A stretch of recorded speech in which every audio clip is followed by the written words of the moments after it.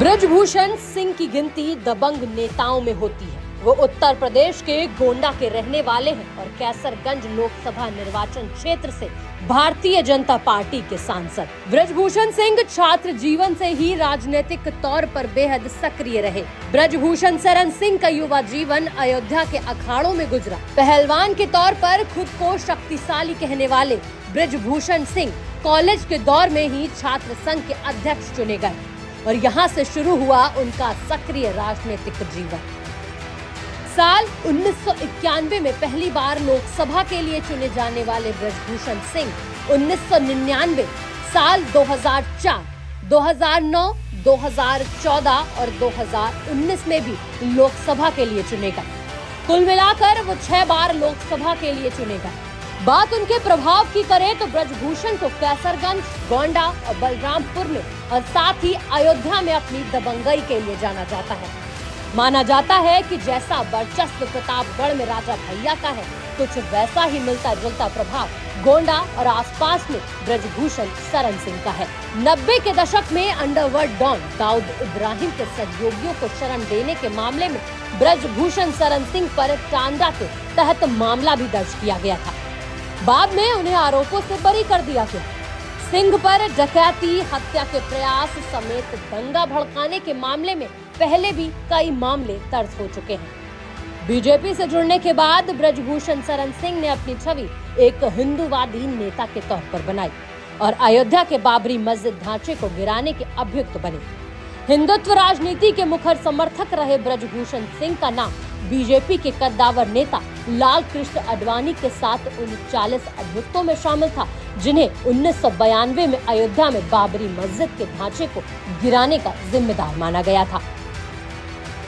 ब्रजभूषण शरण सिंह अपने बिगड़े बोल की वजह से हमेशा सुर्खियों में रहे हैं। 2022 के विधानसभा चुनाव प्रचार के दौरान ब्रजभूषण शरण सिंह ने कहा था कि समाजवादी पार्टी को वोट दोगे तो पाकिस्तान खुश होगा। उन्होंने कहा था, ये हमारी ही पार्टी में संभव है कि हम कलाम को राष्ट्रपति बनाते हैं। कलाम बनकर रहो तो राष्ट्रपति बनाएंगे, कसाब बनकर आओगे तो काटेंगे।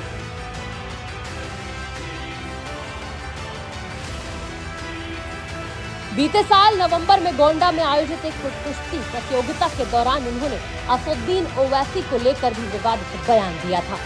उन्होंने कहा, मैं गारंटी लेता हूं कि ओवैसी के पूर्वज हिंदू थे और उनके बाबा के पिताजी का नाम तुलसीराम दास था।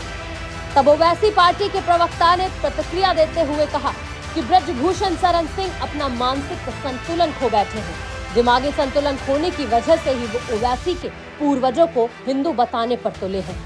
कुछ दिनों पहले ब्रजभूषण शरण सिंह ने राहुल गांधी और बिलावल भुट्टो को एक ही नस्ल का बताया था। तब उन्होंने कहा था कि पता नहीं ये कैसे इधर उधर हो गए। ब्रजभूषण शरण सिंह अपनी बेबाक बयानबाजी के लिए जाने जाते हैं। अपनी बेबाकी के लिए हमेशा सुर्खियों में बने रहने वाले ब्रजभूषण शरण सिंह खुद अपनी पार्टी को भी निशाने पर ले चुके हैं। सिंह ने अपने चुनाव क्षेत्र में चल रहे राहत कार्यों को देखकर उन्होंने अपनी ही पार्टी को लपेटे में लिया। उन्होंने कहा, पहले भी सरकारें होती थी, बाढ़ के पहले एक बैठक की जाती थी। हमको नहीं लगता कि कोई तैयारी की बैठक हुई है और लोग भगवान के भरोसे हैं। बेबाक बयानबाजी को लेकर मुखर रहने वाले सांसद ब्रजभूषण सिंह पिछले 11 सालों से भारतीय कुश्ती महासंघ के अध्यक्ष की कुर्सी पर काबिज है। कुश्ती महासंघ के अध्यक्ष रहते सिंह चाहे राष्ट्रीय स्तर के टूर्नामेंट हो या फिर अंतर्राष्ट्रीय, चाहे सीनियर टूर्नामेंट हो या जूनियर, भारतीय कुश्ती महासंघ के अध्यक्ष बनाए जाने के बाद ब्रजभूषण शरण सिंह हर मंच पर एक प्रशासक के रूप में देखे जाते हैं। अपने हाथ में माइक्रोफोन लेकर वो अक्सर रेफरी को सलाह देते दिखे हैं, तो कभी जजों को रूल बुक समझाते भी नजर आए हैं। वहीं सांसद को लेकर एक बार फिर विवाद खड़ा हुआ। एशियन गेम्स और राष्ट्रमंडल खेलों में भारत को कई पदक दिलाने वाली महिला कुश्ती खिलाड़ी विनेश फोगाट ने कुश्ती महासंघ के अध्यक्ष पर कई लड़कियों के यौन उत्पीड़न का आरोप लगाया। उनका कहना है कि वो हमारी निजी जिंदगी में दखल देते हैं और परेशान करते हैं। वो हमारा शोषण कर रहे हैं। जब हम ओलंपिक खेलने जाते हैं तो ना हमारे पास फिजियो होता है और ना ही कोई कोच। जब हमने आवाज उठाई तो हमें धमकाना शुरू किया गया। कुश्ती के दिग्गज खिलाड़ियों के आरोप पर ब्रजभूषण सिंह ने कहा कि किसी भी एथलीट का यौन शोषण नहीं किया गया। ये भी कहा कि अगर ये आरोप सच साबित होता है तो मैं फांसी पर लटकने के लिए तैयार हूँ। वहीं ये मामला अब दोबारा तूल पकड़ता दिख रहा है। देश के नामी पहलवान ब्रजभूषण शरण सिंह के खिलाफ कार्रवाई की मांग को लेकर दिल्ली में पहलवान धरने पर बैठे हैं। वहीं ब्रजभूषण शरण सिंह ने अपने ऊपर लगाए गए इल्जामों पर बिना नाम लिए एक कविता के जरिए जवाब भी दिया। उन्होंने कहा, जब तक उनके पास लड़ने की ताकत है तब तक वो हार नहीं मानेंगे।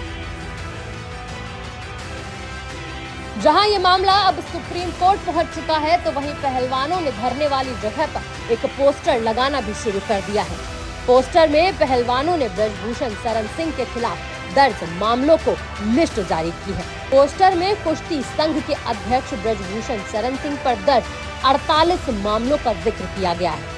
अब देखने वाली बात होगी कि न्यायालय इस पर क्या निर्णय लेता है, क्योंकि जिस तरह से पहलवान जंतर मंतर पर धरना दे रहे हैं, वहां अब देखने वाली बात होगी कि सुप्रीम कोर्ट में पहुंचा ये मामला क्या रुख लेता है। ब्यूरो रिपोर्ट, आज की खबर।